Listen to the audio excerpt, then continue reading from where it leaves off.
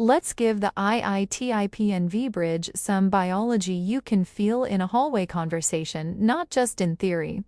Barbara Fredrickson's Love 2.0 and Thomas Lewis's General Theory of Love do exactly that.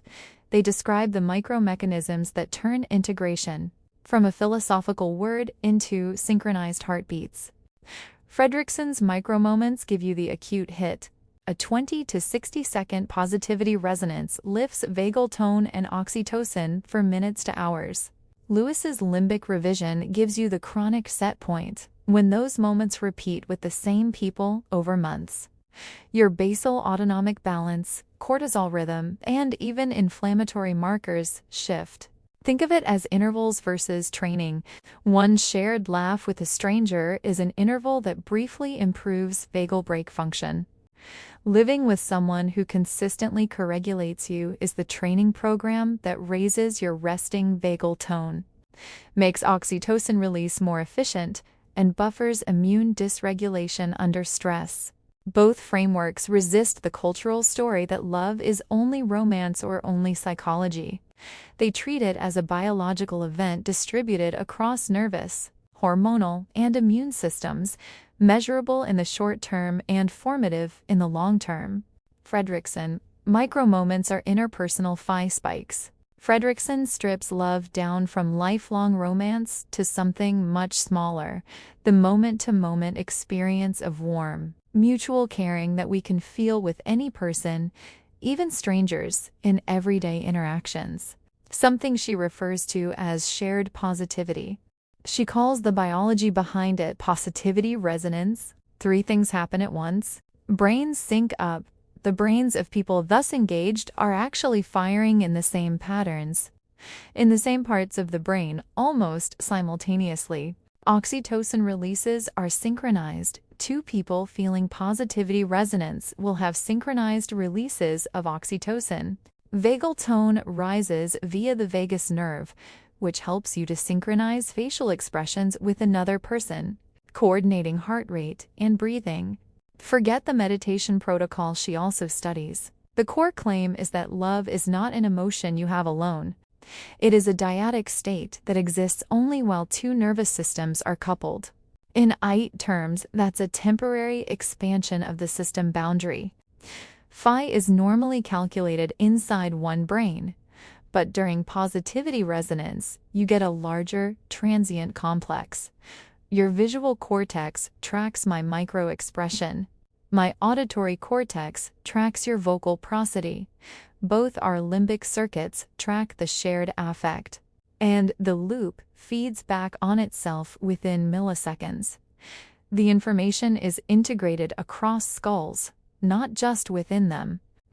IIT would still say only each brain is conscious individually, but the quality of each consciousness spikes because the cause-effect structure inside each brain becomes richer, more differentiated inputs, more irreducible feedback. IPNB already says the mind regulates the flow of energy and information shared and regulated between people. Fredrickson gives you the stopwatch version. Those flows last seconds, they are measurable, and they accumulate. Her broad and in-build logic fits. Each micromoment builds vagal tone and oxytocin receptor sensitivity, which makes the next integration easier. Lewis, Amini, and Lannon, why that coupling is not optional. A general theory of love argues our nervous systems are not separate or self-contained. Beginning in earliest childhood, the areas of our brain identified as the limbic system is affected by those closest to us limbic resonance and synchronizes with them limbic regulation. They define limbic resonance as the capacity for sharing deep emotional states, a symphony of mutual exchange and internal adaptation whereby 2 mammals become attuned to each other's inner states. Limbic regulation is the downstream effect, the effect of contact with other people upon the development and stability of personality and mood. 3 teeth this adds. Hardware location. Lewis puts the coupling in the mammalian limbic brain, hippocampus, amygdala, anterior thalamic nuclei, limbic cortex, not the neocortex. That matches Segal's vertical integration brainstem, limbic prefrontal, and explains why you can feel attuned before you can articulate it. Developmental primacy. The famous Frederick II and Harlow references in their book show that without limbic resonance, infants die or fail to develop. IPNV says the same. Early caregiver continuity shapes neural structure. IIT would predict those deprived brains never achieve hi-fi because the recurrent loops never get trained. Revision is relational. Therapy works not by insight alone, but by limbic revision, a second nervous system, providing a more regulated pattern long enough for the patient's limbic circuits to rewire. That's IPNB's interpersonal integration in clinical form. The four-way synthesis. Put them together, and you get a loop that is both philosophical and testable. Micro-moment Fredrickson gives limbic resonance. Louis gives neural integration. Siegel gives increased intrinsic information. Tononi. A 3-second shared smile at school triggers synchronized eye contact and vocal tone. Vagal pathways coordinate heart rate. Oxytocin rises in both. That momentary coupling is limbic resonance. It is not metaphorical. Your amygdala is literally being regulated by my facial muscles via your superior colliculus binar pathway. Repeated, these moments strengthen Segal's 9 domains, especially interpersonal, state, and vertical integration.